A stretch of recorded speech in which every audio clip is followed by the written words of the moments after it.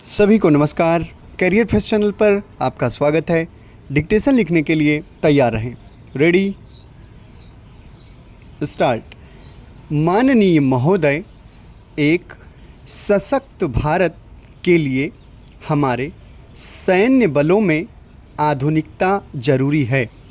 युद्ध की स्थिति में हम सर्वश्रेष्ठ रहें, इसके लिए सेनाओं में नवाचार की प्रक्रिया निरंतर जारी रहनी चाहिए। इसी सोच के साथ मेरी सरकार ने बीते 10 वर्षों में डिफेंस सेक्टर में अनेक नवाचार किए हैं।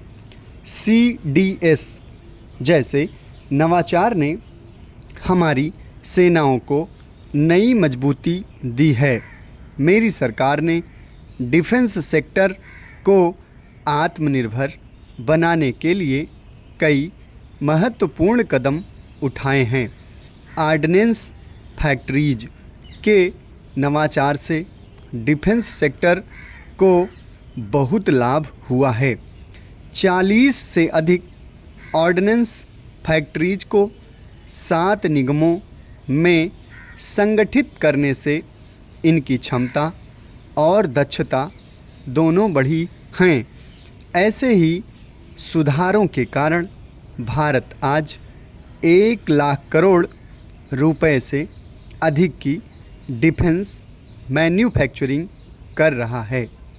पिछले 1 दशक में हमारा डिफेंस एक्सपोर्ट 18 गुना अधिक होकर 21,000 करोड़ रुपए तक पहुंच चुका है।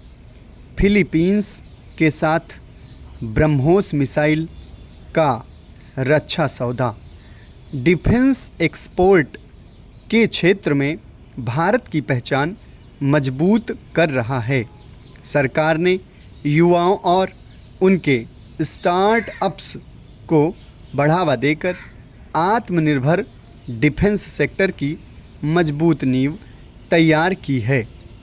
मेरी सरकार उत्तर प्रदेश और तमिलनाडु में 2 डिफेंस कॉरिडोर्स भी विकसित कर रही है।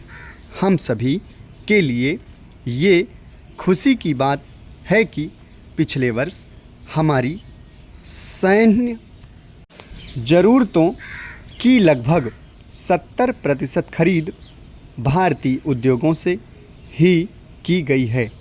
हमारी सेनाओं ने 500 से अधिक सैन्य साजो सामान को विदेशों से नहीं मंगाना तय किया है। ये सभी हथियार और उपकरण अब सिर्फ भारतीय कंपनियों से ही खरीदे जा रहे हैं। मेरी सरकार ने सैनिकों के हितों को भी हमेशा प्राथमिकता दी है। तभी 4 दशक के बाद 1 रैंक 1 पेंशन को लागू किया गया। इसके तहत अब तक 1,20,000 करोड़ रुपए दिए जा चुके हैं। शहीद सैनिकों के सम्मान के लिए सरकार ने कर्तव्य पथ के एक छोर पर नेशनल वॉर मेमोरियल की स्थापना भी की है। ये प्रयास केवल वीर जवानों के प्रति कृतज्ञ राष्ट्र का नमन ही नहीं है, बल्कि राष्ट्र प्रथम की अनवरत प्रेरणा का स्रोत भी हैं।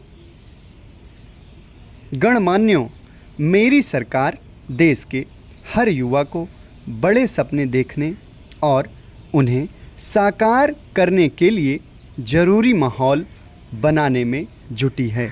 बीते 10 वर्ष में ऐसे हर अवरोध को हटाया गया है जिसके कारण युवाओं को परेशानी थी।